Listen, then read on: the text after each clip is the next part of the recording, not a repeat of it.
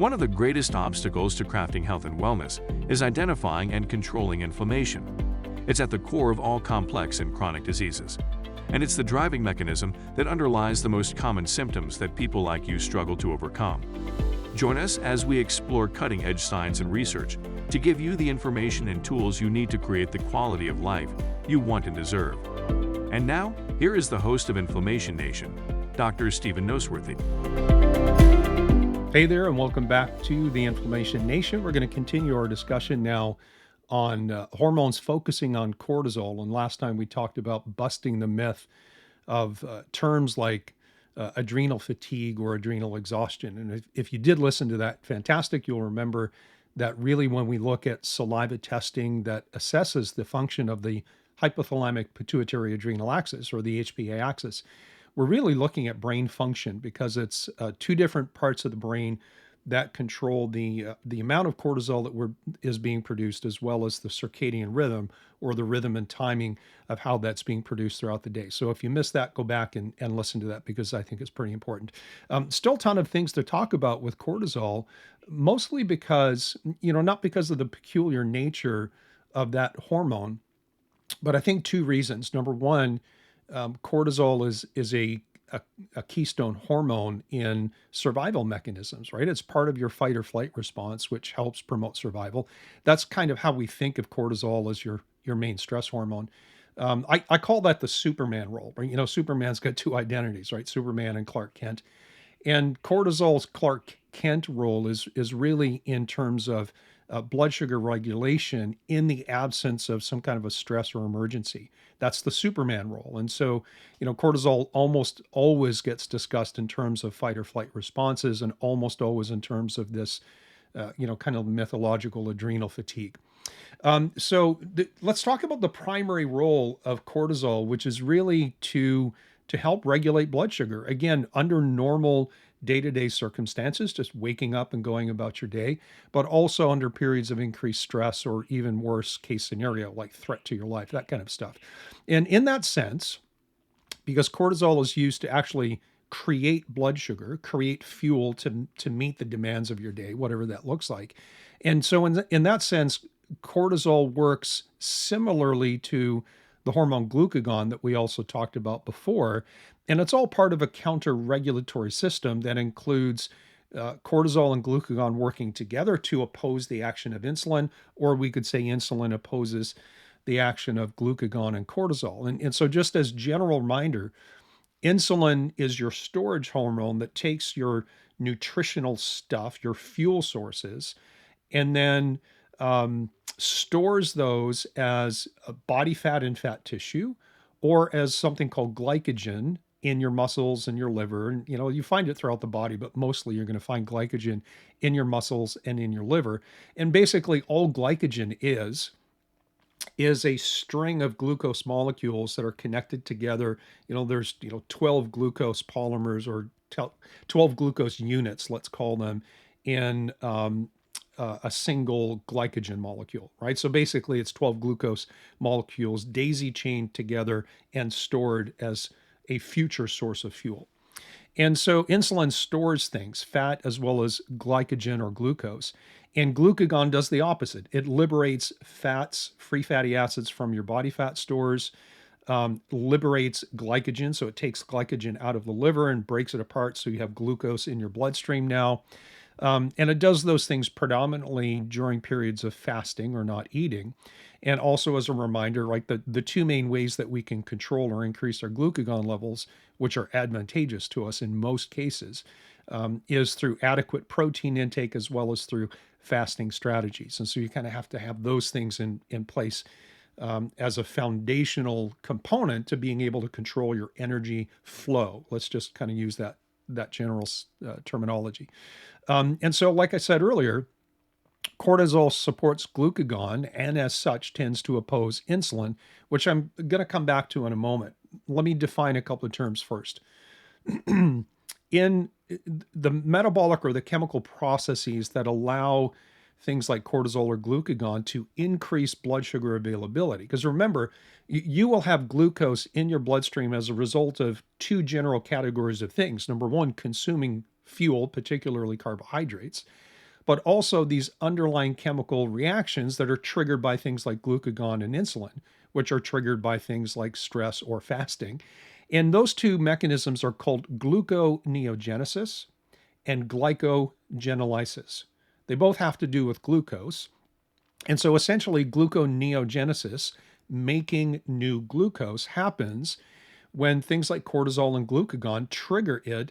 Basically, what it does is it takes some select amino acids. Alanine is the most common one, and amino acids are the building blocks of protein. So it takes certain types of amino acid building blocks, or it can take free fatty acids, whether that's from your diet or from breaking down body fat. And we can actually make glucose out of that through a multi-step chemical process. And so one way we can increase blood sugar without eating is through stress or through fasting strategies, is to drive gluconeogenesis and make new glucose. And we do that without eating anything. The other part of this relationship is called glycogenolysis. And so I just defined glycogen as clumps, if you will, of stored glucose, mostly in your muscle and in your livers. And so glycogenolysis means breaking down glycogen. And so again, cortisol and glucagon working together will break down your stored glucose. It will take those chains of glucose molecules and snip them up and put glucose into your bloodstream, and voila, your blood sugar goes up even though you haven't eaten anything. And that actually is a good thing, because we need to have some way to increase fuel availability. Not saying that glycogen or glucose is the only way we can fuel our system. That's a whole different conversation between glucose utilization and things like ketones and free fatty acids. We'll deal with that at some point in the future. But listen, as far back as 1979, we have studies that show when cortisol is infused into, and these are mostly done in animal models, when cortisol alone was infused into an animal, it had very little impact on blood sugar. Very little. As a general rule, we tend to understand and tend to teach that cortisol increases blood sugar by gluconeogenesis, making new glucose, and glycogenolysis, or breaking down your stored glucose. But by itself, it really has very little impact, which is kind of interesting.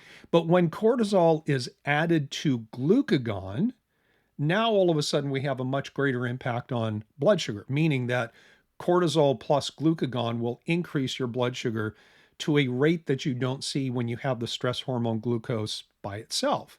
And you might think, well, that means I don't want stress and I don't want glucagon. Well, if you don't want glucagon, that means all you have to do is reduce your protein intake and eat constantly. And that typically means you're going to be eating fats and carbohydrates all the time, which is a recipe to drive your insulin up, which means you're just basically going to get fat and insulin resistant, and then walk yourself down the pathway of metabolic syndrome and potentially type 2 diabetes. And that's just not a good thing. So one of the caveats in this, and this just popped into my head, is that all of these systems that we're talking about are designed with a very eloquent aspect of counter-regulation.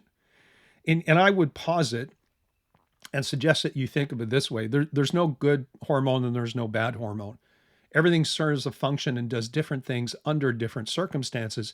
And one of the problems we run into is that we tend to pigeonhole things into describing or thinking them of one way, when in fact it's just not that simple. It's just not that simple. It makes it easy to have conversations or write a textbook or do a lecture, but it really is a lot more complicated than that. Hi there, it's Dr. Noseworthy. I want to extend my appreciation to all of you in the Inflammation Nation who have helped my podcast become a great success in these first few months. I truly appreciate you. Also wanted to let you know about my brand new do-it-yourself online program called the 5-Step Gut Protocol. I designed this program for people who want to take charge of their own health and stop waiting around for someone else to tell them what to do. I've combined old naturopathic principles with cutting-edge research to create a truly unique program that will help you construct your own gut protocol. If you've ever wondered if you have gut infections, a leaky gut, or a bad microbiome, then this program will walk you through the steps to figure that out and gives you the tools that you need to formulate a practical strategy to help make things better.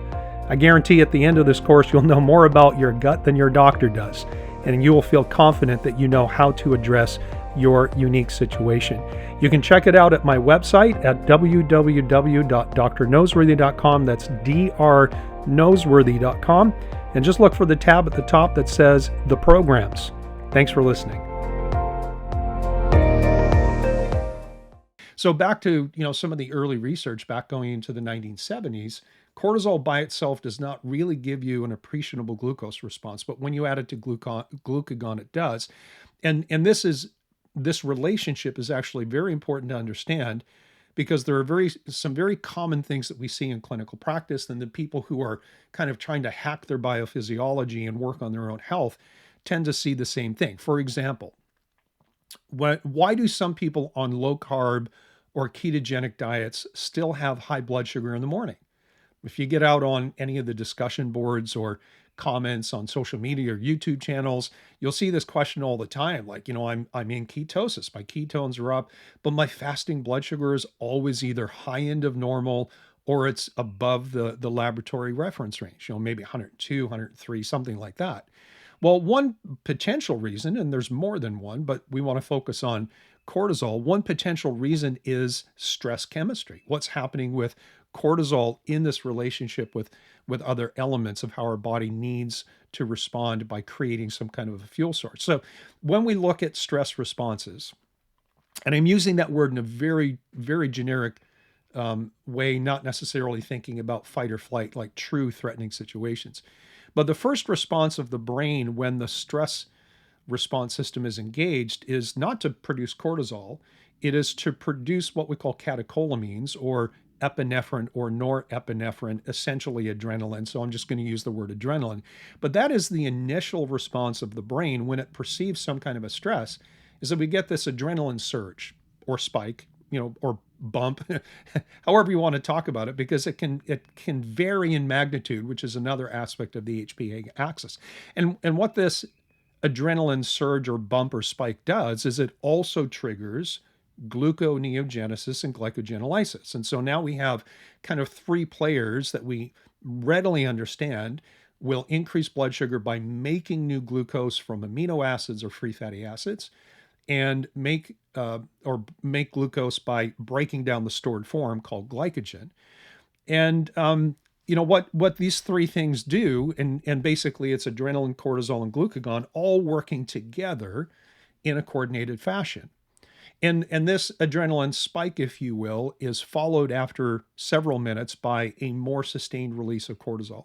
So think of adrenaline as kind of a surge, and it might be a little surge, it might be a really big one that results in things like getting shaky or irritable or lightheaded or anxious and nervous and palpitations, that kind of stuff. But that's, again, followed by a more sustained release of cortisol, which is really your secondary response when the stress system gets triggered. And what the sustained release of cortisol does is it serves to amplify that initial impact of adrenaline, where we drive gluconeogenesis and glycogenolysis. And the net result is that stress chemistry, stress reactions, adrenaline surges, and cortisol tend to cause blood sugar to rise. How much is going to depend on a complex interplay of other things, including what's your starting point. Like if my fasting blood sugar is 82 and I get an appropriate rise in glucose as a result of a stress response that's controlled and well regulated, then my blood sugar might rise from 82 to 96. And that's still within the reference range. But if my fasting blood sugar is 98 and I get the same bump, all of a sudden now my blood sugar goes from 98 to 112. And that's a totally different ballgame. And it tells us that there's issues with the fasting blood sugar control mechanism, but also possibly some issues with stress chemistry and stress reactivity. But nevertheless, that net result of some kind of a stress reaction is a bump in adrenaline, an increase in cortisol. They work together with glucagon, whatever level that is, to create some elevation in blood sugar. Not that this is an unlimited reaction. Like, you're not going to see blood sugar as a result of this mechanism go higher and higher and higher without any limitation. At some point, the elevated blood sugar is supposed to trigger a release of insulin from the pancreas to start taking that glucose and packing it away into your glycogen storage, or converting things, the liver, into triglycerides and then fat, and then storing that excess fuel as body fat. And so you see that this there's this very sophisticated system of feedback loops and counter regulatory actions that help us to increase or decrease blood sugar as needed within controlled limits. Now, that's assuming that things are working the way that they're supposed to, which quite often they don't, for a variety of different reasons. And at some point, we'll talk about things that tend to drive abnormal stress chemistry, because I think that's an important list for us to go through, at least the fundamental things. So, back to my scenario of somebody who is on a low carb or a ketogenic diet, and something that reduces blood sugar, reduces insulin, or theoretically does so, and they have a high morning fasting blood sugar. So we need to understand why, because it's actually a fairly common phenomena, and common enough that it has a name. We call this the dawn phenomena. Dawn as in the sun rising. And so the way that your whole waking system works is it's basically your brain registering a change from dark to light. And so as the sun comes up and we wake up, our brains register there's increased sunlight, and we've transitioned from eyes closed, everything is dark, to eyes open, now it's bright and sunny. There's a mechanism that basically causes the brain to say to the body, hey, wake up, it's time to get up and get moving. And so the brain registers this light change through the eyes, which then triggers an increase in the production of adrenaline and cortisol, enough to wake you up and to give you energy, because you've been fasting all night long. So enough to get you up and get you moving so that you can start to tackle your day, whatever that means for individual people. But in some people, this system can actually be hypo-responsive, but we're talking in this scenario about where the system might actually be hypersensitive, which can happen in several different places within this regulatory system itself, different conversation. So instead of having just enough gluconeogenesis and glycogenolysis to raise your blood sugar and wake your brain up to tackle a normal morning, when people have these hypersensitive regulatory systems, there is a greater reaction by the brain to waking up and registering sunlight. And all of a sudden, we have higher blood sugar than is expected. Basically, what ends up happening is that we overshoot our target, even though we're eating low carbs or maybe even being ketosis and we've been fasting all night long. All of a sudden, we wake up and we have this higher blood sugar level, higher than expected.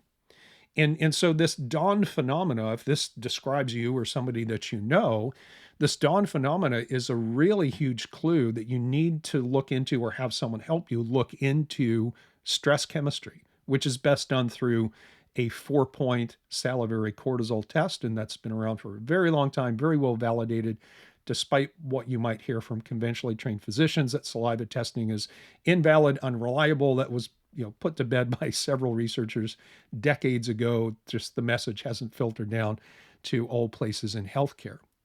But really what needs to happen is this investigation into stress chemistry, and to correlate the results of that test, which, remember, tells us about the brain and how the brain is controlling the system. We have to correlate those results not just to your symptoms throughout the day and night, which I'll describe probably in the next video, but also correlating the results to simple labs like your fasting glucose or your fasting insulin, or your status of insulin sensitivity or resistance. And if you want to get fancy, even taking a look at your serum glucagon levels. So, the bottom line is that cortisol's main job is to increase fuel when we fast, or to supply more fuel for a true fight or flight scenario where there's an imminent threat and we need to respond and we need energy to do that. And it does this in the midst of this complex interplay of your eating and fasting strategies, the balance of adrenaline, glucagon, insulin, your degree of insulin sensitivity or resistance, which happens first in your fat cells, by the way, and the integrity of the entire hypothalamic pituitary adrenal axis, the dysfunction of which mostly comes from the brain itself, which is highly sensitive to injury, poor development, neurodegeneration, chronic stress, and your inflammatory load. That's how we dysregulate the HPA axis from a brain-based perspective. Now, that was a mouthful, and I'm right at about 15, 18 minutes, something like that. So I'm going to cut this episode short here, and we'll be back with the next episode. And we'll talk about how we can use daily symptomatology to get an estimate of what your HPA axis might look like. In an ideal setting, we would always run a 4-point cortisol salivary test, and we'd plot it on a graph. We'd be able to visualize what's happening with your cortisol and tell if you're making too much, too little, or just the right amount, or if you have a circadian rhythm abnormality. We'll talk about that in the next part of Inflammation Nation. Thanks for listening. Thank you so much for listening to the Inflammation Nation. If you found this episode valuable, please rate, review, and subscribe to our podcast. Be the first to know when a new episode drops so that you can stay on top of your game. It also helps others like you find the answers they need. And why not head over to my main website, drnoseworthy.com, that's drnoseworthy.com, to explore my personalized functional medicine coaching programs, submit a question to the podcast, maybe take a quiz, or even reach out to me using the contact form that you can find there. We'll see you next time.